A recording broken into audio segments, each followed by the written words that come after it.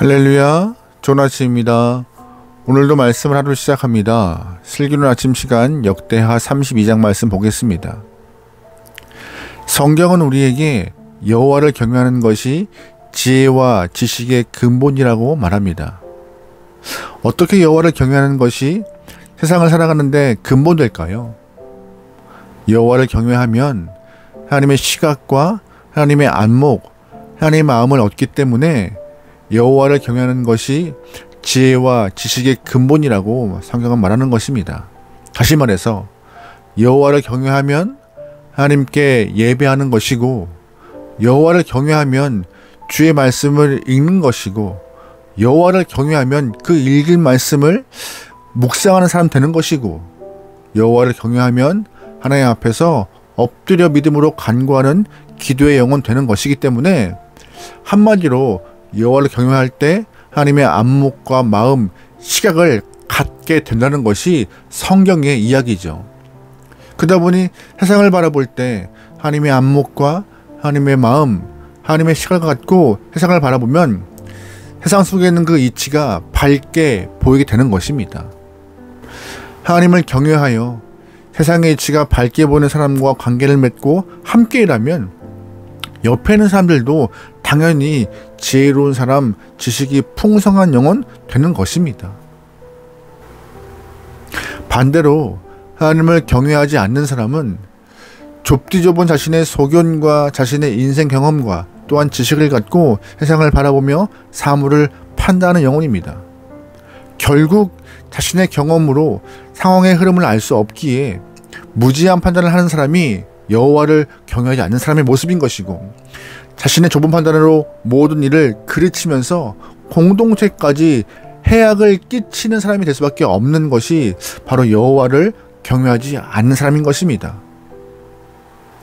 여러분의 삶은 여호와를 경외하여서 지식과 지혜를 얻어 하나님의 시각과 안목과 마음으로 이 땅을 바라보며 문제를 해결할 수 있는 주님의 귀한 영역이 소망합니다. 우리가 계속 보고 있는 히스기야는요, 하나님을 지극히도 경외하는 영혼이었습니다. 그는 왕으로 오르자마자 성전문을 열고 성전을 수리하였으며 레위인과 제사장의 성결의 문제에 개입하였습니다.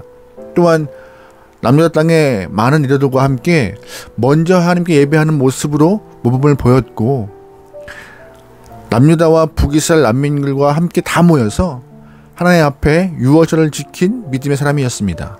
그래서 은혜 받은 많은 사람들은 스스로 우상을 깨트리는 그런 믿음의 모습을 보이기까지 하였습니다.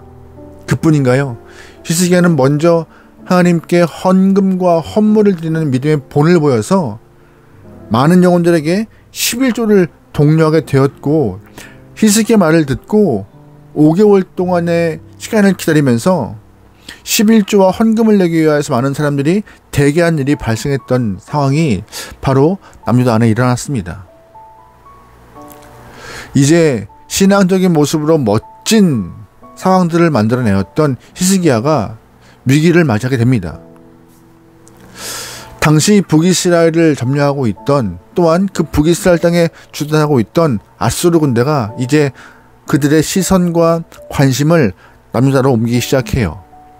사실 아수르의 목표는 남유다가 아니라 애굽이었습니다. 때가 되면 남유다를 정복하고 그 다음에 애굽으로 진군하려는 계획을 다 알고 있었죠. 드디어 때가 되어서 최종 목표인 애굽을 가기 위하여서 아수르가 군대를 일으키는데, 굳이 남유다와 전쟁을 벌여서 군사에 큰 손실을 하기 원치 않고 있었어요. 그러다 보니 아수르 왕 산헤립이 머리를 써서 작전을 세웁니다. 어떤 작전이냐? 바로 남유다의 예루살렘 성을 포위하여 물류의 진입을 막고 성 안의 사람들을 줄이고 목마르게 만들어서 항복을 받고자 한 것이죠. 그렇다면 자신의 군사는 최소한의 피해를 볼 것이고, 항복을 얻어 남유다를 정복한다면 일석이조의 효과를 얻을 수 있다고 생각한 것입니다. 10절과 11절입니다. 아수르 왕 산헤립은 이같이 말하노라. 너희가 예루살렘에 애워싸여 있으면서 무엇을 의뢰하느냐? 히스기야가 너희를 꾀어 이르기를 우리 하나님 여호와께서 우리를 아수르 왕 손에서 건져내시리라 하거니와 이 어찌 너희를 주림과 목마름으로 죽게 함이 아니냐. 아멘.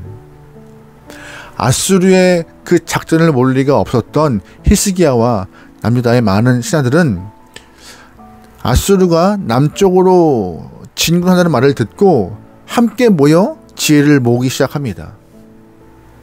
히스기야와 신하들이 내놓은 작전은 무엇이냐?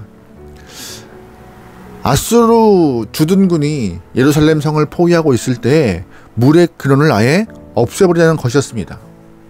물론 자신들도 물이 필요하지만 아수르 군대도 물이 필요했기 때문에 그 물의 근원을 없애버리면 아수르의 군대도 오래 버티지 못할 것이고 그 포위망을 견고하게 쌓지 못할 것이라고 판단한 것입니다. 3절과 4절 말씀입니다. 그의 방백들과 용사들과 더불어 의논하고 성 밖의 모든 물 근원을 막고자 하매 그들이 돕더라.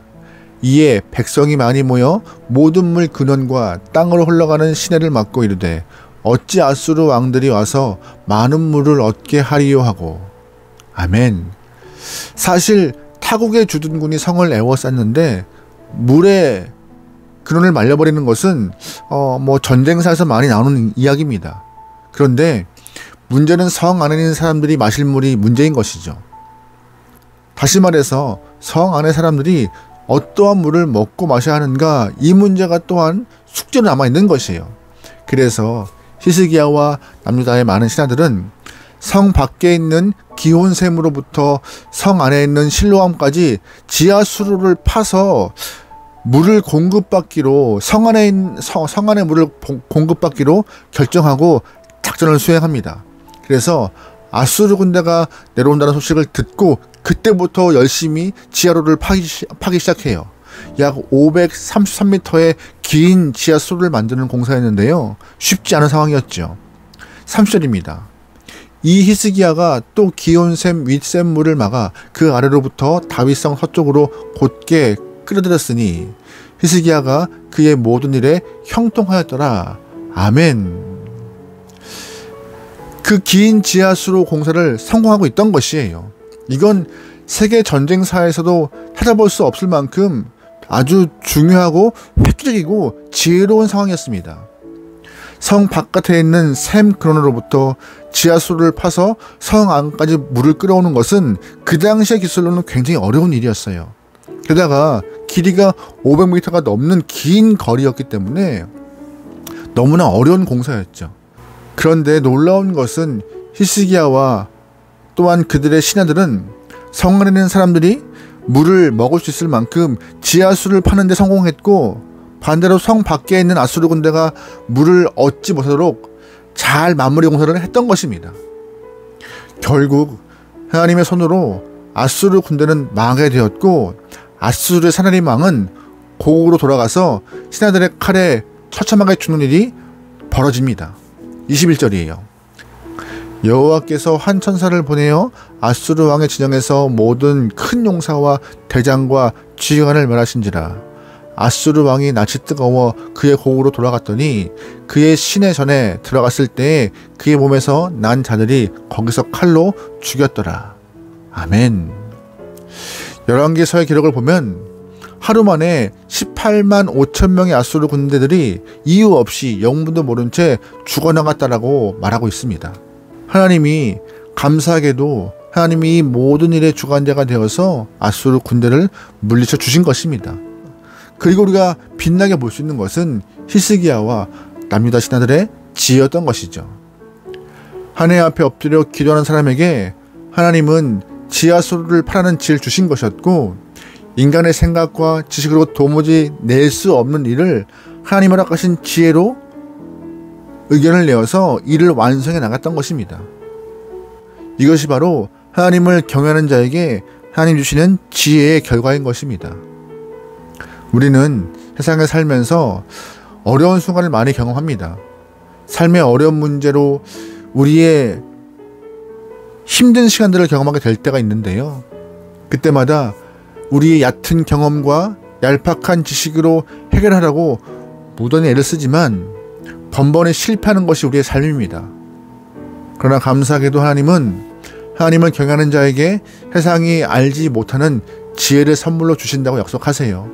하나님이 주신 그 지혜를 받아서 믿음으로 일을 하면은 놀라운 일들을 경험할 수 있을 거라 주님은 우리에게 말씀하시는 것이죠.